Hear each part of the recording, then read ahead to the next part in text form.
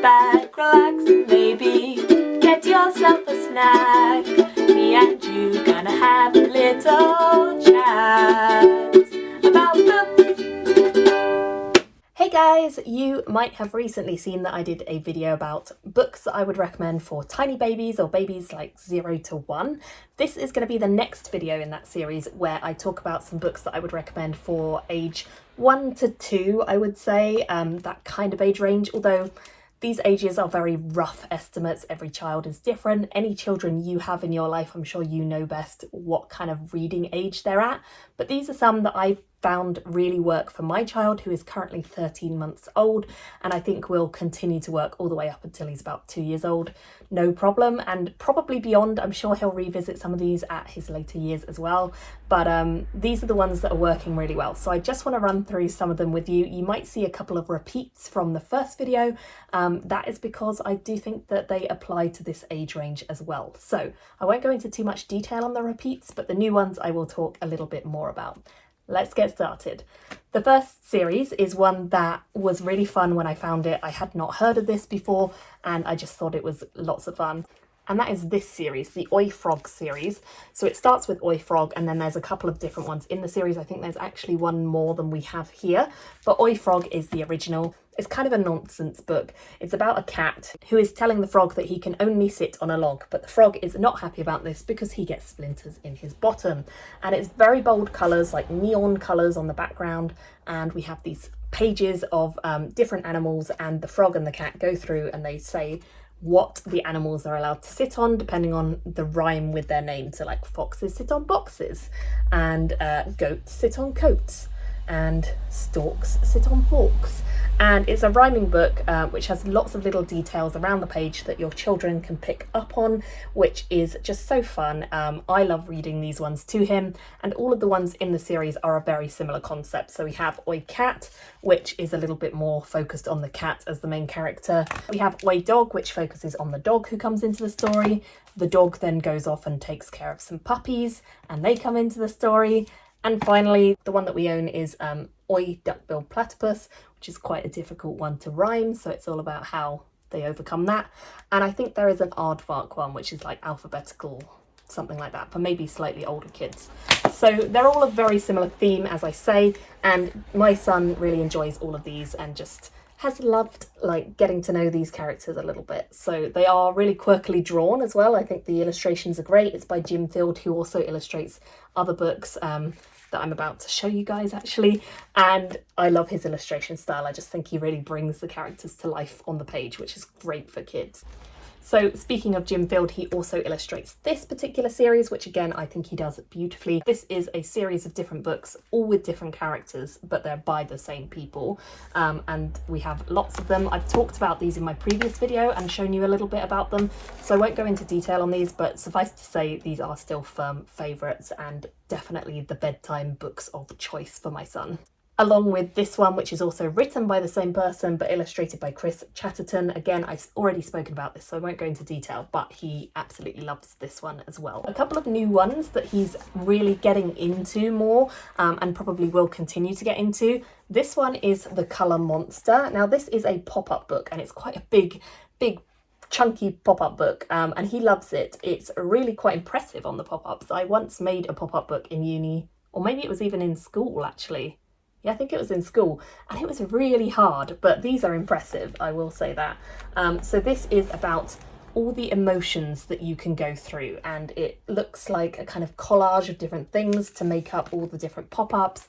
It's really impressive, it's really cool. It has a very nice little story that talks about how like red is anger and he blazes like fire. Anger can make you want to stomp and roar and shout. And then at the end of the book, after you've been through all the pop-ups, you get to a page where you can like help your child to fill up how much fear they have or how much calm they have in the bottles, and the child is like able to interact a little bit with it, and just kind of a different way of telling you how they're feeling, I suppose. We've not actually got to the stage where my child can really tell me how he's feeling, because that's a little bit of an abstract concept. But I think this will come in handy for that, and I do think that it's just a really fun story anyway, like just to see all these different monsters popping up with the various pop-ups. I just think they're really cool pop-ups, and I love looking at them all. So it's just like rainbows everywhere. So yeah, this is one that he's just recently started getting into. I do believe that this author has other books as well, but I haven't checked those out.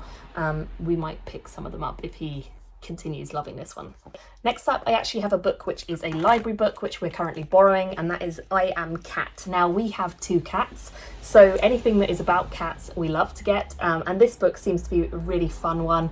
It's just about how snobby cats are and what they get up to day to day. The illustrations for it are really easy and clear to look at. It rhymes, which is something that my son always loves, and it just encapsulates how silly and funny and cute cats are. So if you have cats, or even if you don't and you just like them, maybe this one is one to pick up. We really like it, and I'm debating potentially buying this book after we return this to the library, because he seems to be really enjoying this one. So we'll see, but that one's a winner. Next up, this is a book which I think, I don't know if we should own or not, because it encourages the idea of going around drawing with lipstick on everything, but it's a great story, and it's about a boy who steals his mum's lipstick and goes off around the house having kind of magical adventures, just drawing and imagining with the lipstick. I love the idea that this kind of promotes lipstick can be for anyone, having fun can be for anyone. This little boy just wearing his mum's lipstick makes me chuckle so much. It's not a rhyming one, this one actually, but it's a story that is just funny, and my child likes this. I will say this one's a little bit wordy for him now, but I do think by the time he's getting towards 2, this is going to be absolutely perfect for him, and he's loving bits of this. He'll sort of listen to half of it and then get bored, but for me, I think this is definitely one that is growing on him. He's already listening to more and more of it each time we read it, and sometimes he does get through the whole thing if he's in the mood, but I just think this is a lovely kind of charming book. And at the end, the little boy does say he's sorry, and he learns that maybe he shouldn't have taken the lipstick. So it's just fun though, it's charming and really cute. Next up, we have this one, which is Pink is for Boys. Now, I think I mentioned in a previous video that I really want to be conscious that everyone should be accepted whoever they are, and I want to teach that to my kids, and I don't think like stereotypical pink for girls, blue for boys is something we should endorse anymore. So this is just a book that talks about how all the colours are for everyone, so it doesn't matter who you are. Yellow can be for boys and girls, and crowns, and it can be green for boys and girls, and red for boys and girls, and just every colour is something that no matter what gender you are, you can embrace. So I love that, and again, this does have a diverse range of skin tones in it as well, so it's something that I just want him to be surrounded by. He's not necessarily going to see a huge range of people coming into our day-to-day life all the time, but if his books kind of endorse that everyone is welcome, everyone should be accepting of one another, then hopefully he gets those ideas right from really young. That's exactly what I want. So yeah, this one's a lovely one to read to your child as well. Next up, I have The Worst Princess. This one, again, it kind of subverts stereotypes, I suppose. The princess is not a good princess. She does not wait around for her man and just hang about all day. She waits around, the man comes, and he's not very good, so she substitutes him out with a dragon, and that's kind of the story. This one is told in rhyme, and I really enjoy it. I love the illustration style. I love that the princess just kind of is like, mate, you're not good enough, so I'm going to go and have my own adventures. I think that's really fun, and I just, yeah, really like this story. I also love dragons, so anything with a dragon is a win, and this one he really enjoys listening to. He actually does sit through the whole thing for this, so he's very much at the age where this is really starting to be a fun read for him. Next up, we have a classic, I would say, the Gruffalo. This one and various other books by Julia Donaldson. Some of them are a bit wordy, and this one I would also say is a little bit wordy for him right now. He will listen to the majority of it, but does not always get through it. But I do think as he's getting older, he's getting more into this sort of style of book. Again, it's a rhyming one, but it's just a little bit longer overall. You might have seen that they made a film of it and a film of the sequel to this one as well, but it's about a mouse who goes on a walk through a wood, and he makes up that there's a Gruffalo, but then he actually meets the Gruffalo. So it's about the Gruffalo. I remember when I was young, well, when my cousins were young, and I was probably like teenage years or something like that, I remember going into the woods with them on a hunt for Gruffalos, and we would go around all the trees hunting for Gruffalos in a very serious manner. We were taking it seriously, so I do remember having lots of fun about Gruffalo hunting, and I'm sure when my son gets a little bit older, he will be doing the same. Next up, we have another cat-themed one. This one I actually highly recommend if you have kids and cats. And this is because it tells you a little bit about how the cats behave. So each page, it's really simple, but each page has a cat doing a kind of expression or a position. And then underneath it says kind of how they're feeling. So like this style of cat would be saying, let me go, I don't want to be held right now.